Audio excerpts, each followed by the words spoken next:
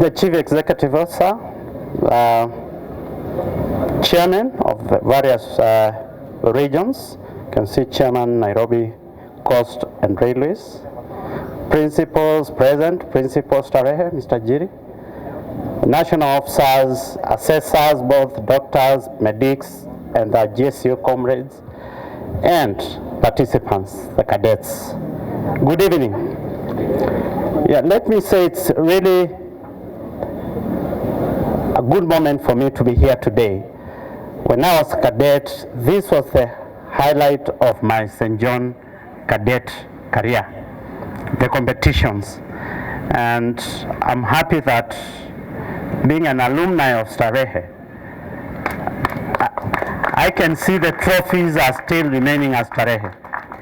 Although I'm a bit disappointed, we used to take both senior and junior ambulance, and the best ambulance senior junior. There is a time Swale threatened to chase us from competitions because he was saying, Starehe, you have become too much. So thank you very much, the band. You have entertained us. It used to be one of my best music sessions in Starehe. When you talk about the competitions, really, it is a good thing that we come, and as Inspector Jira said, it is a time to show your discipline in St. John. And I'm happy to see that as cadets, as members of St. John, we are upholding that. And I'm happy to say this forms part of the GPA, the Grand Prize Award. It forms part of the Sovereign Award that we award in Kenya. And those awards now will not be sending them, asking them from the UK. We shall be issuing them right here in Kenya. So we'll not have to wait for certificates from the UK. Now we have been given permission to do them locally. And I'm happy to say that with this kind of membership, we need Otindo to increase our membership in the links. We want all these cadets to be able to transit whichever university they go in Kenya. We want to make sure we have St. John clubs in all these institutions so that we increase our transition from cadets to the universities. And that will be a very good move for us, and the rest of the world is watching and they want to come and learn how we are able to do that. So my officers, thank you very much, but we still have quite a lot of work to do on that. When we talk about the cadets and the competition and the various awards, the last time we had international competitions was in 2010, but now we have regions. We have the Americas, we have the EMEA regions, and we have the Asias and the Middle East. No, the Asias and the Far East. We are in the EMEA regions that has Europe and Africa. And the Asias are having their competitions next week. They are having their competitions in Malaysia. So Malaysia, Hong Kong, Singapore, and Australia are having their regional competitions. We are trying to see if from next year, as a EMEA region, we are going to have the competitions here. And I want to bid that we hold them here in Kenya for both Europe and Africa. The only challenge is every establishment is afraid of Kenya. They're saying Kenya is a bit too strong for us because we have maintained the St. John tradition. So most of them do not have cadets. Like South Africa have only 100 volunteers. And when I was a cadet, South Africa had more than 40,000 volunteers, cadets and adults. So we are trying now to see how we are going to help them to try and now run after us. And not just South Africa, we are going to help the rest of Africa. Uganda, they want some cadets to go there and showcase what they want to do to their president so that they can coerce him to support them. So we are going to ask some of you to go to those countries and help us establish cadet movements like we have here in Kenya. So thank you very much for the DSS, for the patrons who have really trained these cadets. It's a matter of sacrifice. You're not being paid. It's sacrifice, it's time you have committed yourselves to do. And this is what we want to show people. As a society, as a country, you can spare some time to serve the nation, not for any pay, but because it is the right thing to do. So let's continue that commitment, and I will give you the support that I've been giving all this time. When I was Nairobi region, all the trophies used to come to Nairobi region, and I got worried. Instead of being proud, I got worried.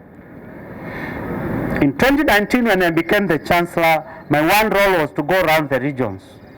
I came to Central, I came to Rift Valley, I went to Coast, I went to Nyanza, and I wanted to make sure Nairobi stopped this feel-good factor, that they are everything in St. John. And when I look at those results today, I'm proud. I've seen Nyanza have taken, Rift Valley have taken, Central have taken. Yes, so that is what competition is, and that's what we want. We want every region to make the necessary efforts for this competition. I went to Central and there are 4,000 cadets in their competitions. 4,000, I got scared because I think Thairu was to untwist me. It said I become the chancellor or I withdraw my members. So that was good work, but don't untwist me. When we talk about the exchange programs, it's something that we have discussed with other regions, with other priorities, and I expect in the next 2-3 years we are going to start exchange programs for cadets. We want to make sure that the cadets visit the other cadets. And I want to make this very clear. For several years I've heard people say we want to go to other countries. Last year we had cadets who went to Dubai. I want to be assured that wherever you are traveling, you are advancing, one, the cause of St. John, and two, that trip is contributing to your Grand Prior Award. That's very important. I think I made it very clear that at St. John, it's not our business to take people for holidays. But we want to make sure if your parent pays for a trip, you are going to Malaysia, you are going to Singapore, you are going to England, you are going to Wales, it must be worth their sacrifice. And it's upon the officers to make sure that they make that trip rich in St. John values and in achieving what the objectives St. John has set out to. So that is very important. I'm going to be very strict in that. And that is also going to involve even the local camps and the local trips that we are going to make. Because we want to make sure the parents feel the cadets are doing the right thing. And I want to request the parents and the teachers and the schools, be very strict with our officers coming to ask for monies. Make sure you demand and call St. John to find out if these monies are for activities that have been approved by St. John. Because we don't want some complaints coming to us and we are getting frustrated that some officers are going to schools and these activities we have not received communication that they are happening. So let the patrons at the schools inquire from our officers if those activities have been sanctioned. The other thing that we are going to do there's something that was done to me when I was a cadet in this school, and I started initiating it this year, last year actually. I want us to start a program during holidays in our regional offices. The best cadets will be interning in our offices during holidays.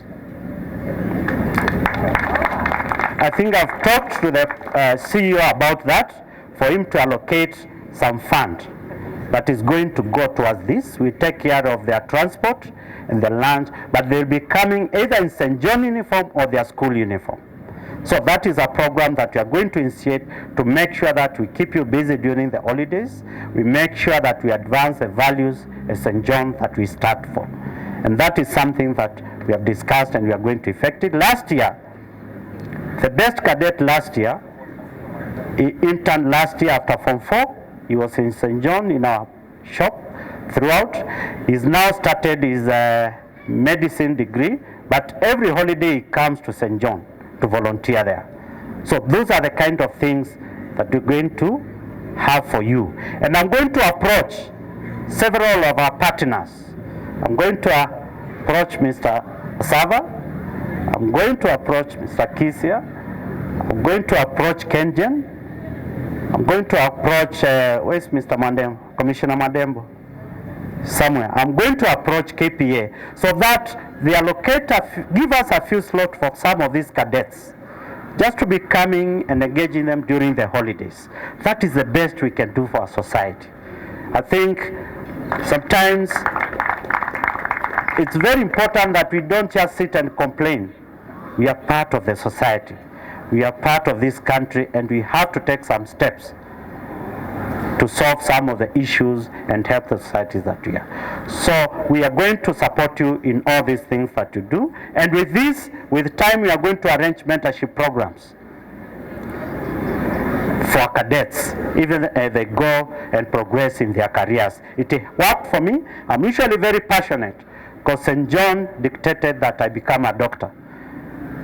When I finished Form 4, I decided to be an accountant. I did CPA. In fact, Mr. Fred O'Connor was my lecturer.